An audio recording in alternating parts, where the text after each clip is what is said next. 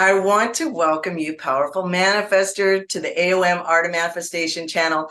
I am Manifestation Coach Sterling Meyer. Thank you for being here today, where we focus on the topic healing traumas. Like, who doesn't need a mind, body, or spiritual healing? So if you're tuning in for the first time, we invite you to show your support by subscribing to our channel, and let's get going. There's a human being behind the uniform in the fields of emergency services, such as police officer, paramedic, or a firefighter. It's easy to believe that these heroic people know what is in store for them as they enlist themselves to protect and serve. However, no matter how normal seeing trauma becomes to a police officer, how it affects them doesn't get easier, because trauma does not work that way. During a police officer's career, he or she is likely to encounter between 400 to 600 traumatic events, when most citizens will experience between 3 or 4 in their lifetime. The trauma rescue service provider's experience is not the norm for most people. There needs to be more done to help them. So here we are. I want to welcome today's guest, Rob Hosking, TED Talk speaker, motivational speaker, co-founder of Rise of Happiness, and ex-police officer. Thank you so much for being here today, Rob. Oh, thank you so much for having me. I'm looking forward to chatting. Excellent. So here we are, and I have a question for you. So what is it that made you become a police officer? I mean, didn't you already know that it was such a stressful job? Yeah, it's a good question, and it's something that, to be honest with you, I just didn't think about. I didn't think what was going to be in store for me. I was young. I was 22 years old. My family were either police or military, so I already had that kind of pressure of this is probably going to be something that I'm going to end up being in. So when I was thinking about joining and I saw that they were recruiting, I didn't actually think, wait a minute, what am I actually letting myself in for? I just thought, well, my family are in it. It can't be that bad. And I knew, you're going to be saving people, but I kind of viewed it in a way of you're going to be catching bad guys. It's the classic niche of, oh, police officers catch bad guys, and that's what you do. And that's how I viewed it. But when I went in, I didn't realize just how different that actually would, that experience would be so much different to my young, naive little opinion of you just catch bad guys. It seemed easy on paper, but the reality was so much different. Yeah. So this was really like a boyhood dream, right? I mean, you said you come from a family, so you were already aware of it. Is that correct? Yeah, actually, you know what? I'm not even sure if it was a dream. It was just kind of something that I thought I would end up in. I never thought to myself, this is my dream. When I grow up, I want to be a police officer or in the military. I just thought it would probably be something that I end up in without actually wanting it. It was something my mind just kept thinking to me, there's always that option. I think that's the best way to put it. My mind always knew that it was an option, no matter what I did in my life, the military or the police, it was always an option for me to go into. And when I was 22 years old, my last year of university, I was studying history, wasn't really sure where my life was going to go after university. And I didn't want to become a historian, didn't want to teach history. And I thought, where am I going to go with this? And then the police were recruiting, and I thought, oh, here we go. This is a good career option for me when I was at a point in my life when I needed a career option. So it kind of just came at me at I would say the wrong time. Maybe it was the right time, but the wrong time in my life where it just matched up, and I was like, okay, well, let's give this a go. But how wrong was I? Right. Gotcha. So it sounded like you really entered into it with, some enthusiasm and kind of a sense of adventure, and also like high hopes that you're going to do this great job in helping people. And, there you are going into it. And then what? The dream, kind of the bubble bursted. I mean, you were surprised by all the trauma that you experienced that you weren't really prepared for? Yeah, I think that's you just hit the nail on the head there with that last comment saying I wasn't prepared for because I was kind of sheltered growing up. I was born in Northern Ireland where there was a lot of troubles going on at that time, and my parents kind of sheltered me a lot from the bad stuff and the bad people in society. And I was fortunate that I lived in a nice place and nice neighborhood that I was allowed to be sheltered and it was easy for me to be sheltered. But when I went into the police, I realized just how sheltered I actually was. And I think that's what gave me a big culture shock because all of a sudden, just things like drugs, I was being, subject to dealing with drugs left, right, and center from people who've had it in their possession or dealing them or whatever. I didn't know what a drug looked like going into that job, never mind, the effects of it. And yeah, I probably was very sheltered before I went in, and that probably gave me a big culture shock. Give me a big culture shock of just aggressiveness that exists in society too. Although I knew in the troubles growing up in Northern Ireland, the effects of violence and how people can be with one another when it doesn't affect you, you kind of put it to the side and you don't really understand it fully. But all of a sudden, I was in a job where whenever I turned up somewhere, there was this hatred on me.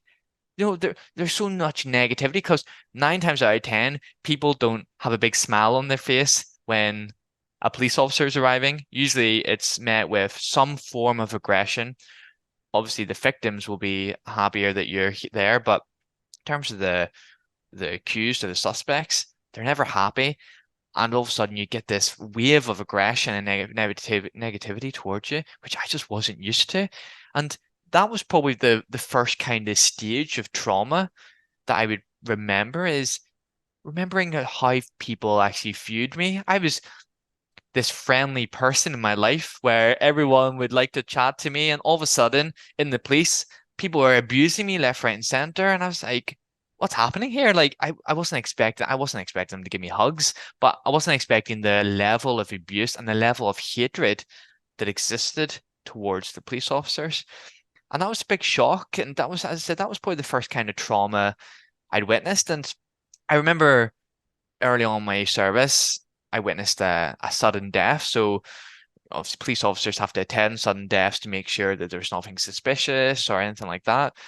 And I had a one very early on in my career, and he'd been deceased for about 3 weeks. He lived home alone with his cats. He was an alcoholic, and we opened the door, and the smell just hits you.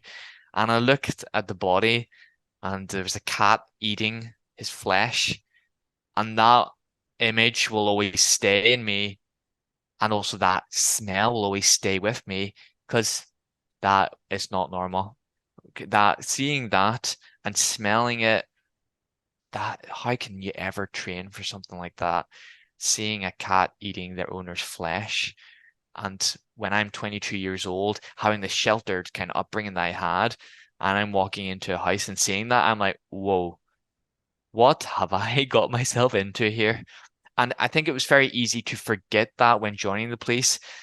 Catching bad guys, yes, but was I actually going to be dealing with all this death?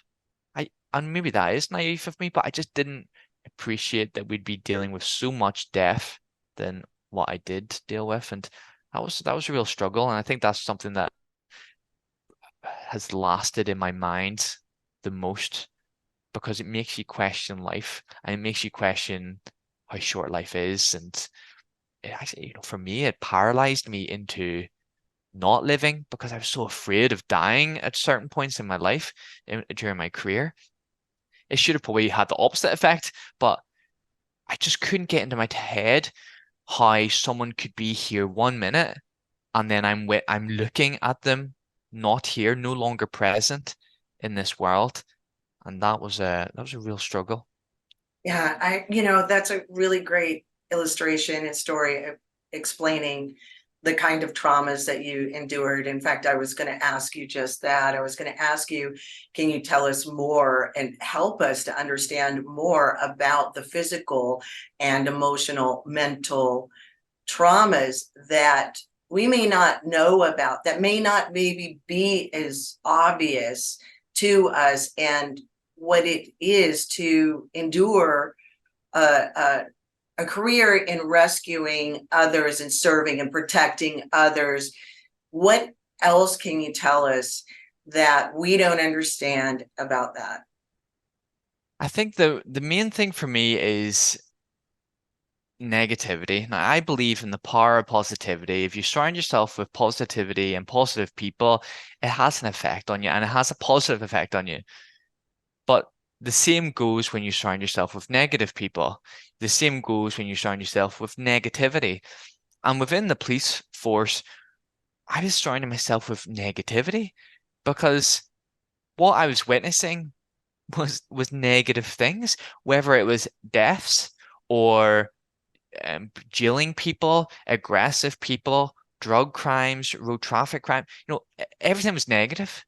And that really has an effect on how you view the world. Because when you see people who are so aggressive towards you and are actually seeing people hurting other people, that has a real effect on how you view the world and humanity. And it actually meant that I lost faith in humanity because I was seeing these things that they were doing to people, and I was like, how can another human possibly do that to another human? I couldn't get it into my head, and it really affected me. That negativity really stuck, and it's just little things that maybe people don't think about. So yes, you've got the crimes, you've got the death, but see when I'm going to someone's house and I've just been told that by a colleague in another area that there's been a car crash and this person has died. Can you go give the death message to his wife? And knocking on that door and seeing this woman who has no clue what's just happened and telling them, by the way, I need to give you some news that your husband's been in a car crash and unfortunately he's not made it. He's died in the crash. The emotion that they show, understandably, which is all negative because, of course, they're going to have that trauma and that negativity right initially, that then it has secondary impact on you because, of course, it is. Seeing someone so distraught about losing their husband or their wife or their child, the amount of times where I had to tell someone that your child has died. And for parents, especially, it's very difficult for them to ever understand that they're burying their children. Usually look it's the other way around where parents will expect their children to outlive them rather than having to bury them. And given that people those kinds of news, it's heartbreaking for them, but it's also heartbreaking for you because how can you have a big smile on your face when you go home after your shift having just done that? You can't. And I talk about this in the talks that I give, and I talk about work-life balance. And I say there's no such thing as work-life balance, especially in this kind of job. It's just life balance. It's just life.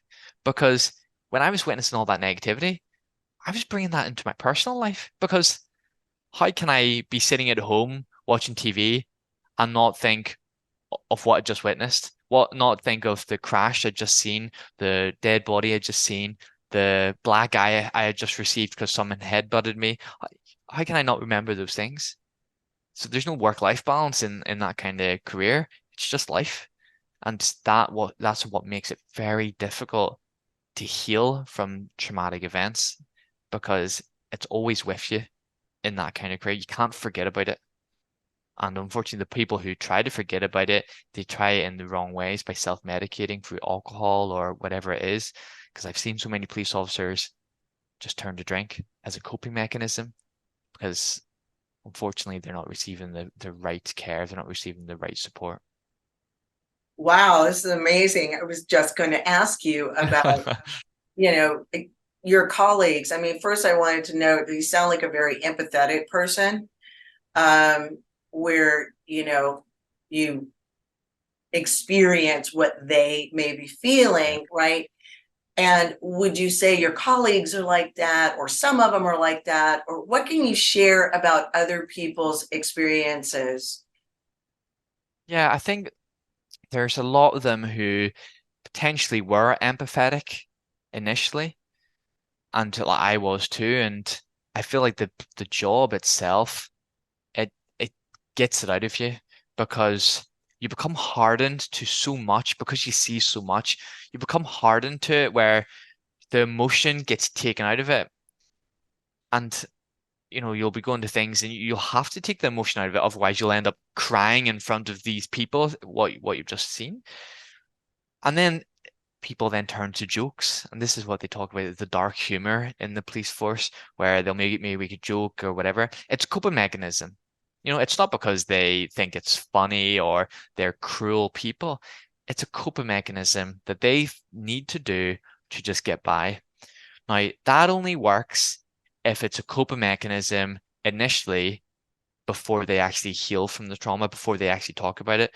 But unfortunately, for so many of the colleagues that I worked with, they'd maybe make the jokes and it was a coping mechanism, but then they'd make another joke and make another joke, and they would never, it was always a coping mechanism.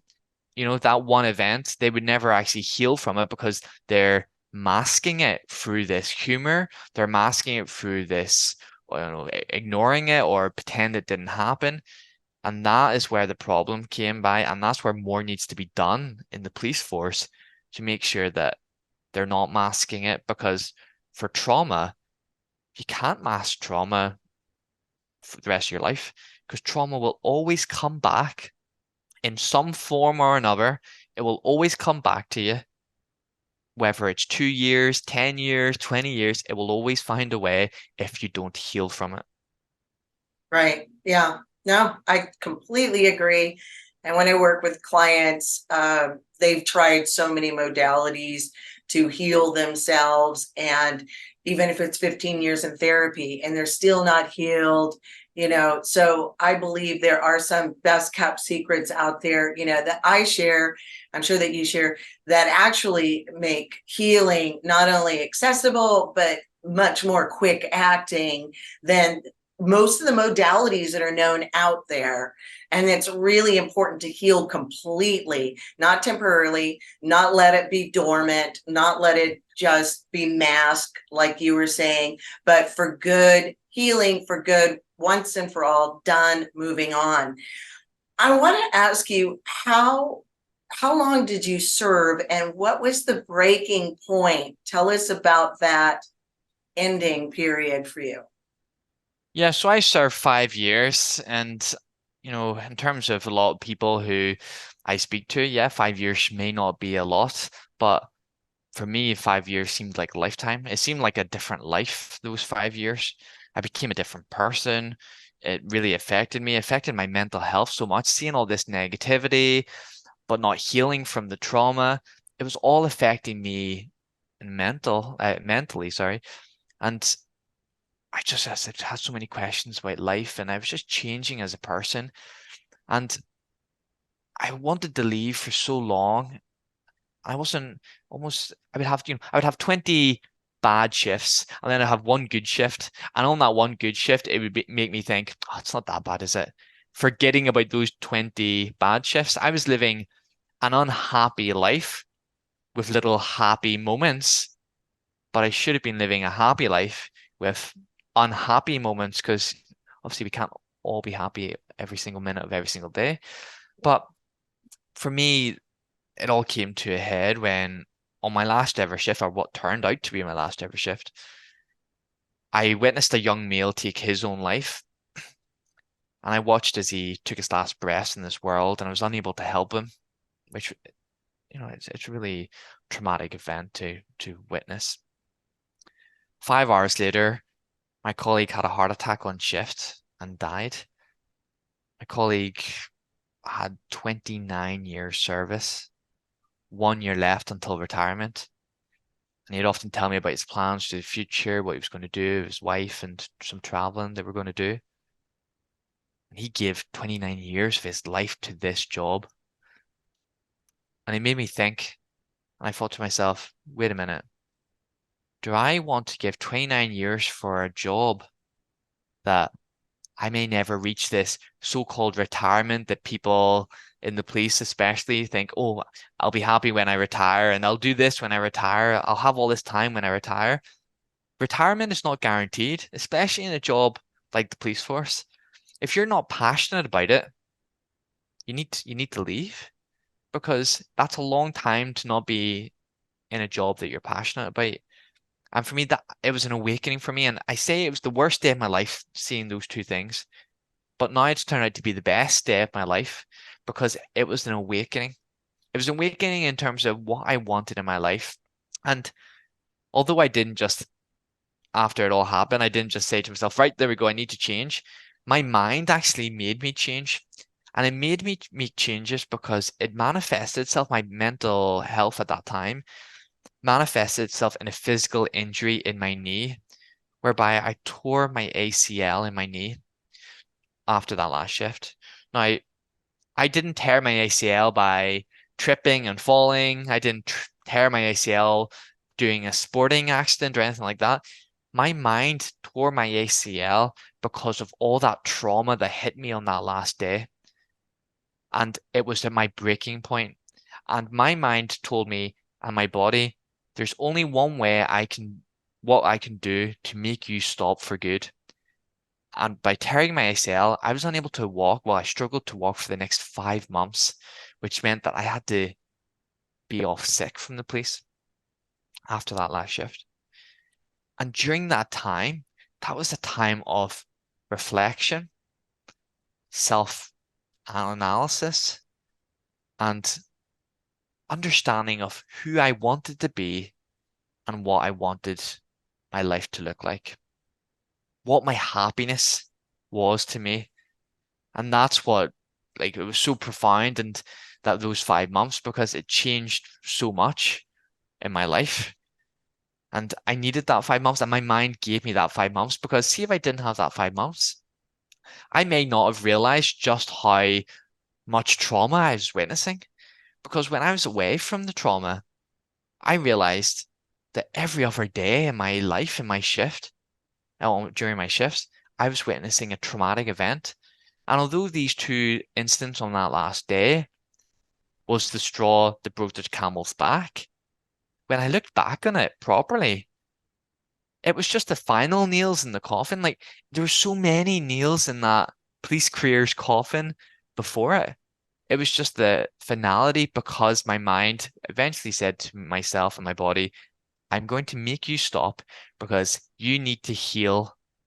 And I wasn't healing day in, day out, wherever I was seeing murders, sexual assaults, road traffic crashes, fires, whatever it was, I was not healing from it. Because how can you heal from trauma when you go from one thing to the next, to the next, to the next? And that last shift was a perfect example of that. Within the space of 5 hours, I witnessed two traumatic events. What help did I get from that first one? Never mind after that second one.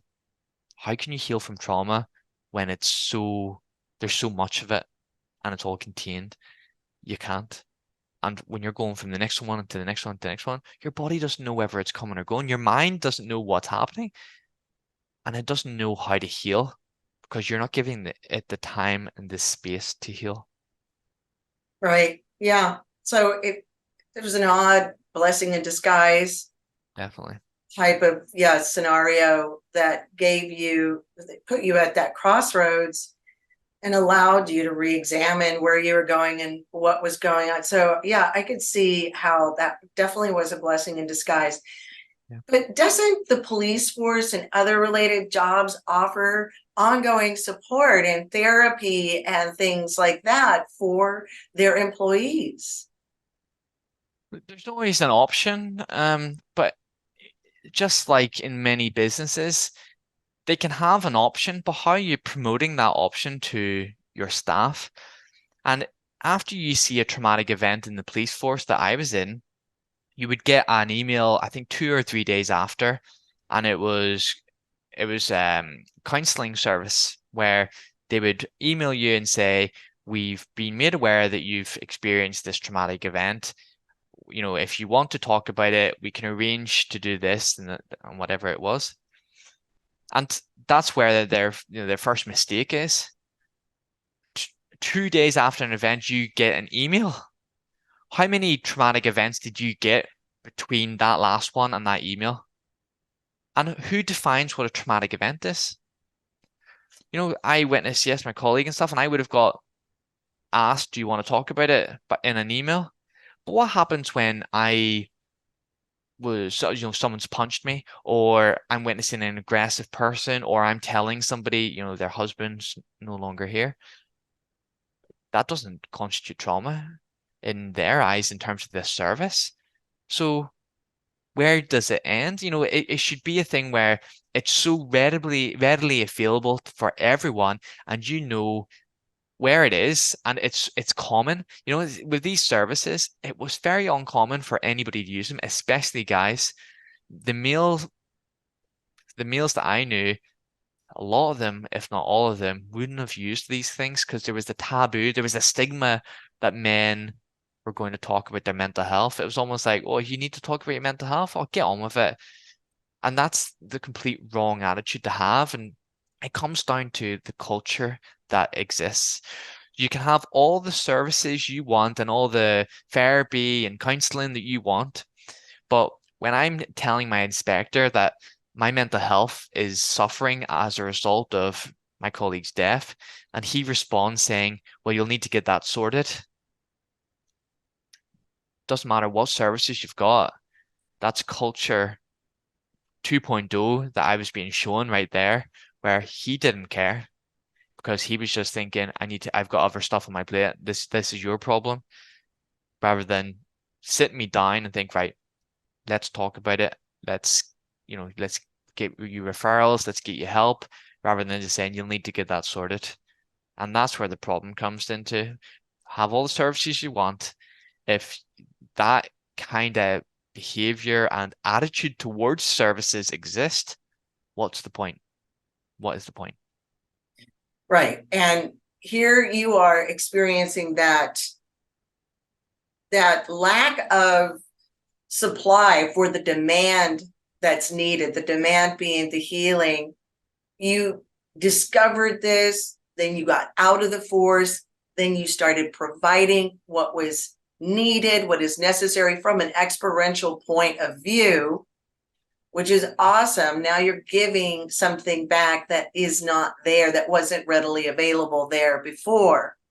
And I want to ask you if you've worked with others, such as, not just other police officers or even rescue jobs, professionals like that, but soldiers, people who have served in the military.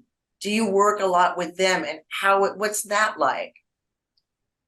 So obviously with my services, like I do a lot on LinkedIn, and I get a lot of people responding to my LinkedIn posts, and whether it's a message, a private message, or just a comment. And there have been a lot of veterans who have responded and engaged with it, saying, like, I talk a lot about PTSD because since then I've been diagnosed with PTSD, and they they're so thankful that someone actually understands what it goes on in these kind of lines of work. They're so thankful that someone's actually talking about it, for not only just for themselves, but also for the public to understand, wow, these are not normal jobs. PTSD, that stat that you gave right at the start, if someone in this kind of career, they get affected with trauma, what was it, 400, 600 times in their career, when a normal person will be 3, 4 times in their lifetime. They are so grateful that more is being done for awareness. And I co-own a well-being magazine called Rise of Happiness, and we actually had an ex-soldier write an article for us about his experiences with, he had complex PTSD, and he was writing his experiences of, what he was like before and now what he was like. And in that article, that was a perfect way to just show just how much of an effect PTSD can have on somebody because it changes them completely. And his wife wrote a little bit in the article too, and she was saying that he's completely different to the person that I married. Like, thankfully, she's still supporting him through it. But that is the reality of PTSD, whether it's emergency services or veterans or whatever it is, it changes people. And you cannot, no matter what, you cannot be the same person as you were before you joined this kind of line of work to what you are after. Although I'm very similar to that person who I was before in terms of, yes, I wear my emotions on my sleeve and I like to talk about things. These are the kind of things that I forgot during my police career. I had to put to the side. Now I'm starting to become myself again, but I will never be that person that I was before because it still changes you. Although I'm being able to open up a little bit more and stuff like I used to, but I will still never be that person. I'll never be that 22-year-old before I joined the police because these experiences and trauma in general changes how you view the world, changes how you view yourself. It changes so much about your life, and it's something that you live with. And some days can be an absolute struggle. And when I talk to veterans or other emergency services, they will all say the exact same thing where some days can be a right struggle just to get up. Some days can be a struggle to be in a crowd, or you have to have your back against the wall because that trauma of you're so suspicious or you're thinking someone's coming up behind your back. You're so uncomfortable in so many situations. That will never change. Yes, you can get better and ways to manage it. But with PTSD, I always believe that it will be something that will always stick with you, and you have no idea when it'll affect you. Like for me, I don't know when I'll have a night terror, but usually when I'm stressed about something completely different to my experience, my experiences, I'll maybe get a night terror that night because my body, when I'm stressed, all of my subconscious mind clearly goes to the time when I was the most stressed and the most stressed of instance that I've experienced. And it's a scary thing because I'm like, well, I can't control that. I can't control my night terrors. But sometimes I wake up in the morning thinking, wow, like I'm pure white and just think, what have I just witnessed? And unfortunately, trauma has that way of sticking to you. Yeah, I totally understand what you're saying. I really want to hear about those results and success stories that you've had with your clients, and what can you tell us about that? What can you share?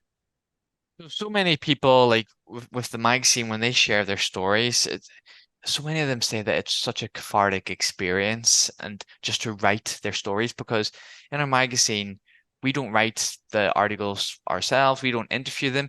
They write their story themselves because it's their story and we want people to read their story. And so many people get a lot from it, where I say so many. I think everyone will get so much from it just writing their story on paper because for some of them, this is the first time they've ever written how they felt about things and how they feel now about things. So it's only ever going to be a positive for them. Yes, it might be difficult. And of course, so many of them will find it very difficult, but they're so glad once they've done it. And not only are they glad for themselves, but it has this lovely way of knocking on to the next person because they've helped themselves, and then somebody who maybe is going through something similar is reading their article and it's helping them too. It's that beauty of they have no idea how many people in this world will resonate with their words, and because they've made a brave step of writing it down and telling their story, so many people are resonating with them like, oh, I now feel seen, or I want to get in touch with this person, and they've contacted us to say, like, I want to get in touch with this person because I want to offer them some things that can maybe help them, but or I just want to chat more about their story. And that's the beauty of it. Their story, people don't realize how powerful their story is until they share it. And then they realize, wow, it's not just a story out of 7 billion people. It's a unique story and people want to listen to it. So it's incredible this journey that they go on with just writing their story and sharing their story with our readers because, as I said, it affects them in positive ways, but it also affects so many other people, and it's a beautiful thing to see. Wow, that's really amazing. So it's really connecting people, which is a powerful tool in itself. You Yeah, create that community where everybody feels gotten and they feel understood, and they also feel like that they're not alone, and that they can get through this almost like on a collective level. yeah, And so that's one of the things that you provide, it sounds like, is an ability or an access or an opening to sharing one's experiences, stories.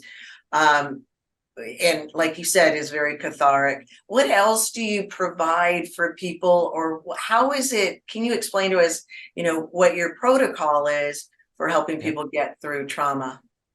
So I give a lot of talks to organizations. So I've actually been given talks to police forces recently where I share my story, but then I also go into details of what they can do to look after their well-being in such a demanding job. I'll go through different things.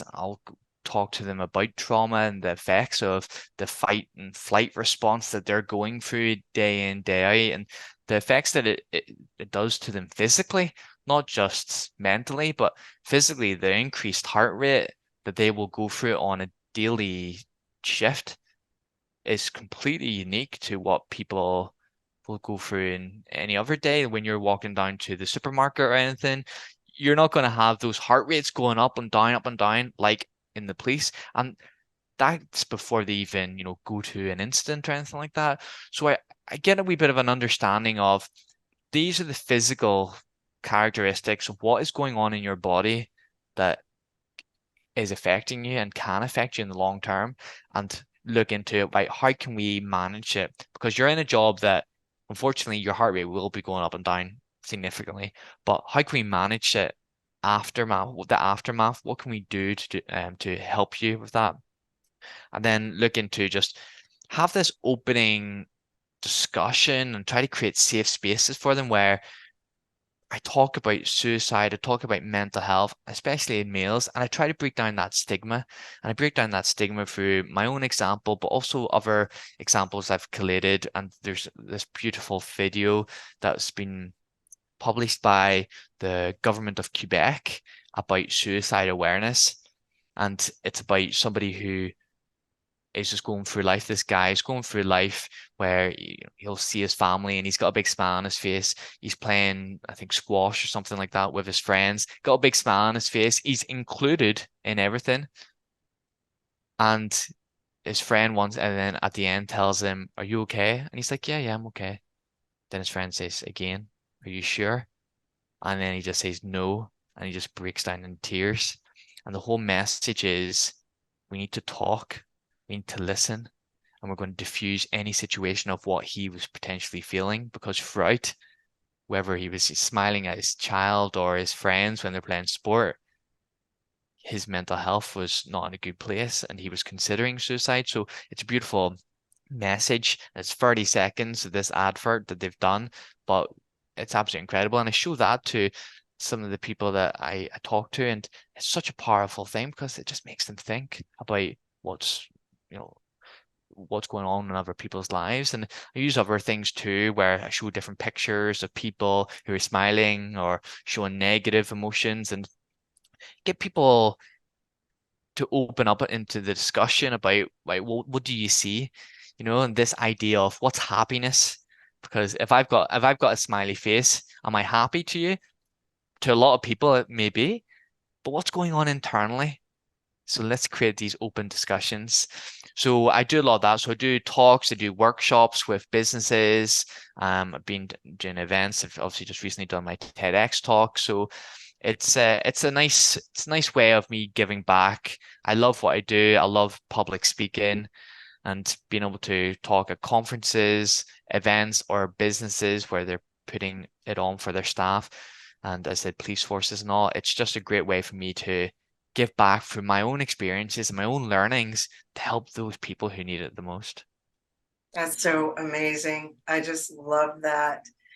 I mean, it's so inspiring and it's so wonderful. And I really can see well, I mean, the silver lining in even embarking on that chosen career. In other words, without it, you wouldn't be where you are today.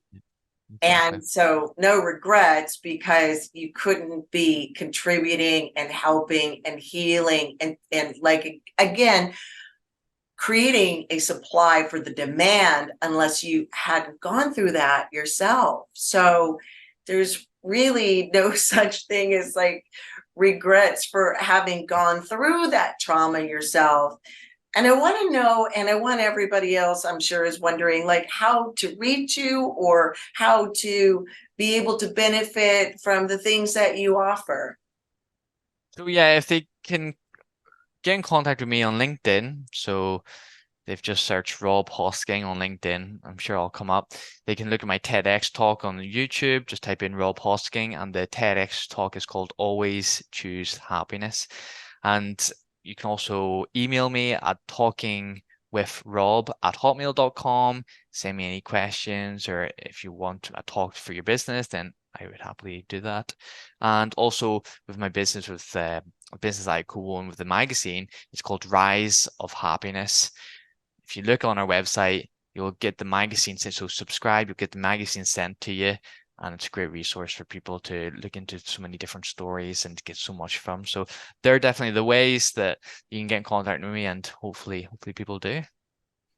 Oh, excellent. All right. And I want to encourage you viewers that are watching right now to share this video with anybody and everybody that might be going through PTSD, who might be a rescue worker in any modality that we already spoke about. You know, this is a great resource that they probably want to know about more because it is so rare to have access to this kind of healing. And like Rob said, what they're being offered at work might be minuscule or ineffective at best. So if at least they know that there are options out there, this could make a huge difference in their world and everybody else's for that matter. I really want to thank you for being here with us today, Rob, sharing your story. And I wish you nothing but the best in your healing journey for yourself and for everyone else that you come in contact with. Thank you so much. Thank you so much for having me. It's been my pleasure. Excellent. All right. For all of you guys out there, thank you so much for watching. Leave your comments. I love to hear whatever it is that you thought about this video. And if you have ideas about other videos, please leave that as well. I want to hear that. I will read the comments. I'll respond to them. And thank you for watching, and I'll see you next week.